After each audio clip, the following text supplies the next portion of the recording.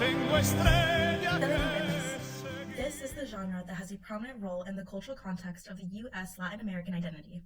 With the emotional volatility of characters and the long-standing serialized narratives, telenovelas craft engaging entertainment with a consistent fan base.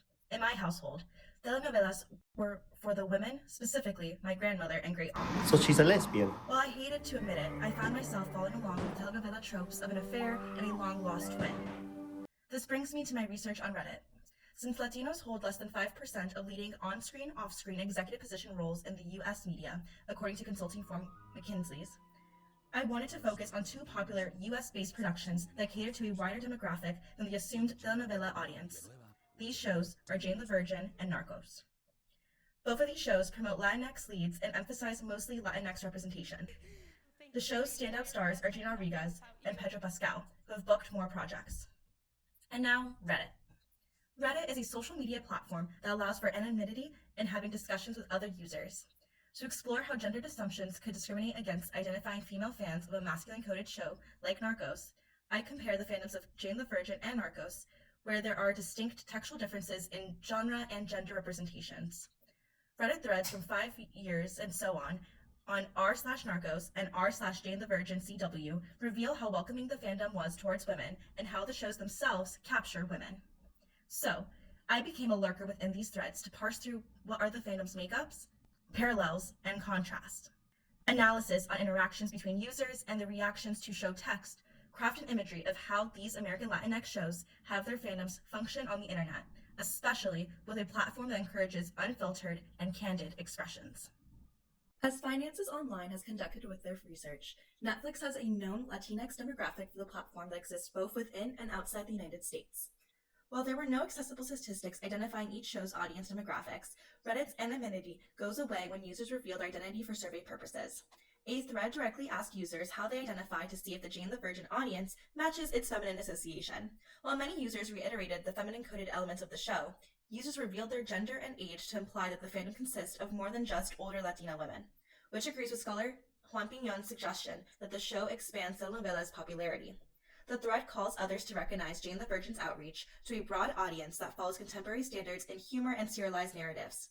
The original poster of the thread edited their original comment to highlight that many self-identifications indicate a mid-20s to mid-30s aged fandom. Unfortunately, Narcos lacked this obvious Reddit thread, but I had to look into other threads to see the fandom's demographic. The results demonstrate the criticism towards a sub-fandom in Narcos of the Pablo Escobar fanboys and fangirls. Within this specific thread, the issue's masculinization came up because the sub-fandom felt that negative actions conducted by Pablo are to be expected and accepted within the series. Scholars Levine and Newman outline how the television industry incorporates the melodramatic tendencies of soap operas in shows without labeling them as soaps, which applies to Narcos' high dramatization of betrayals, violence, and family affairs. These scholars and Piñon demonstrated that masculine-coded productions incorporate grittier topics and display male characters as less emotional. For the users on the Reddit thread, they critique the feminine associations of wishing for morality to be upheld. Despite Narcos' roots in feminine melodramatic genres, the predominantly male demographic is understood through the rejection of defining a moral good and shaming others who wish for that condemnation of bad behavior. This upholds the glorification of toxic masculine standards and prefers physical contact and harsh conversational treatment with each other. When approaching the fandoms of Jane the Virgin and Narcos, I had to consider the parallels that exist both in their text and cultural context as modeled by Jason Mattel and Piñon. Jane the Virgin and Narcos were treated as high-quality productions. As a broadcast show on the CW, Jane the Virgin was released in a prime time slot. Narcos may have been a Netflix original, but Jane the Virgin also ended up on the streaming platform. After both shows were released, both shows were nominated for the 2016 Golden Globes. Thus, both productions were given priority and visibility. Piñon's outline in considering an ethnographic perspective resonates with how users use Reddit to consider how these texts function within the U.S. Latin American television industry. The most evident discussion topic both fandoms considered was attractiveness of the characters. Male and female characters in Jane the Virgin and Narcos were up for praise and criticism. Both groups highlighted personality issues with women that detracted from their attractiveness. Female characters were held to an elevated standard for the seemingly superficial criteria. The text continues to be the foundation for how fandoms generate interactions. Fandom reception indicates that female characters have to be considered holistically, whereas male characters can bypass rigid standards. Scholar Jane Fewer looks at the soap operas of Dallas and Dynasty, where the family units are the basis for the shows. Jane the Virgin captures a multi-generational matriarchal family of the Villanuevas. Narcos displays Pablo Escobar's family and the Arnulfo Felix family as leaders in the cartel wars. Ultimately, scholar Mittel's text and context argument allows Jane the Virgin and Narcos to find a collective foundation to compare their fandoms. You're beginning to sound the tiniest bit jealous. Don't worry, you can have Blake. I just want the mansion. Studies of Dallas and Dynasty explains how excessiveness appears differently between masculine and feminine forms on television. Aside from the attractive debate, the Reddit threads differ in what aspects of the shows to focus on. While Jane the Virgin and Narcos share melodramatic roots, they are separate in genre. Jane the Virgin parodies a telenovela and is considered a romantic comedy. Narcos is defined as a crime drama. Reddit users mainly use threads to dissect the integral plot points. Evidently, the excessiveness fewer mentions has Jane the Virgin fans consider interconnections and Narcos fans prioritize dramatization. Textual considerations are necessary to the Reddit threads as Piñon details how the masculine super series shifts excess from romance to action. Piñon's identification of societal topics in a narco-novella directly applies to Narcos, as the show also highlights organized crime and political powers. Referring back to Fear's conclusion of primetime serials not holding the rigid good-bad binary, Narcos does not prioritize ethical negotiation.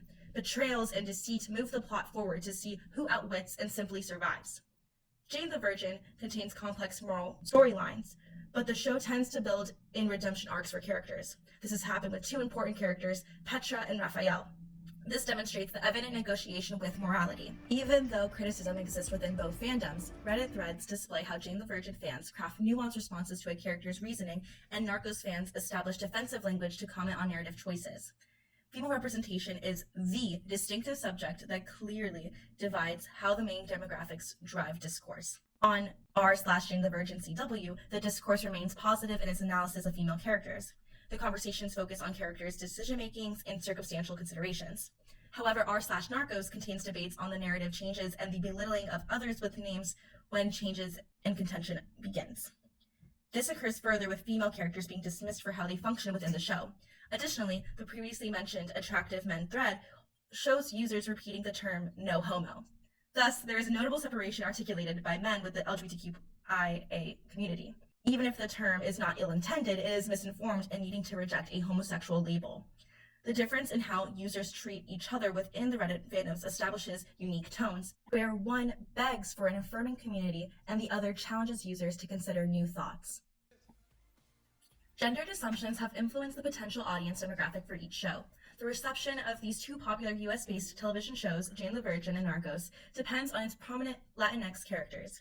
I examined Reddit threads dedicated to each show to investigate how fans discuss gender representation. In identifying the relationship between shows' presumed target audiences and the traditional tropes of melodramatic genres, the Reddit threads have demonstrated sustainability in online fandoms because both shows share a serialized format and suspense-ridden plot points.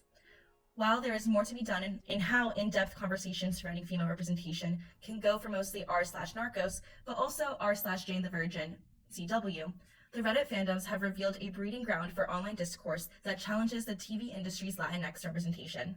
Scholar Kristen Warner outlines colorblind casting in her article on Grey's Anatomy. Warner's piece illustrates colorblind casting's harmful effects in inserting reckless representation.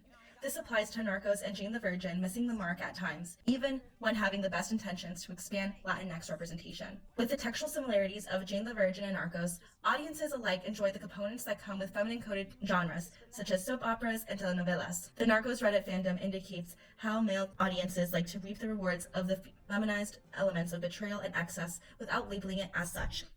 The Jane the Virgin Reddit fandom cements the issue in pushing against the low-quality assumption of a feminine-coded show, which explains the thoughtful engagement within threads. By comparing and contrasting the online discourse surrounding these two shows and drawing on existing media scholarship, I saw how gendered assumptions can shape viewers' interpretations of a show's characters, specifically focusing on female representation and female-driven storylines. Despite both shows sharing a basis for a broader, more inclusive audience, I argue that the main takeaway from these Reddit interactions is the online fandoms put in a significant effort in criticizing TV's Latinx representation.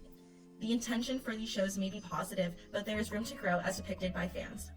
Reddit highlights the ways in which masculine and feminine coding influence how US Latin American programs are perceived and analyzed. We must consider how these representations are actually challenging stereotypes, or, as the fandoms discuss, Do these shows have the capacity to further negative associations of the Latinx community?